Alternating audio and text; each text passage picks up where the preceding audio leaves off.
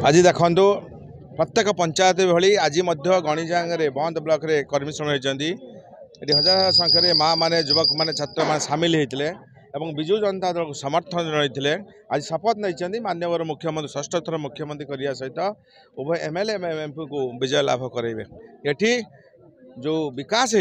जो विकास मूल मंत्र को नहीं माननीय मुख्यमंत्री जो विकास कार्यधारा को नहीं आम इलेक्शन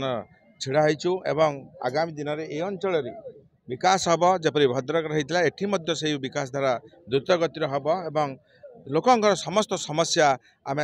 निजे बुझीबू एवं लोकों सहित रहीबू जो भाई आम सब रहीचु लोकों सेवारे से भाई माननीय मुख्यमंत्री एठी जो सेवा करने पठाई मु निश्चित माननीय मुख्यमंत्री कृतज्ञता ज्ञापन कर। देखो विजु जनता दल बहु आगे अच्छी आमे आमे संगठन साधारण लोकंर सहित एठिकार जो विकास कार्य सारा ओडिशा चलती एवं माननीय मुख्यमंत्री विभिन्न योजना माध्यम साधारण लोक रही पाठ्यकार आम निर्वाचन जाऊँ। विजु जनता दल एक दृढ़ संगठन भंडारीपुर अच्छी आमे आम संगठन लड़िया जाऊँ एक विपुल विजय आड़ को जाऊँ। आज बंत ब्लॉक गणिजा ग्राम पंचायत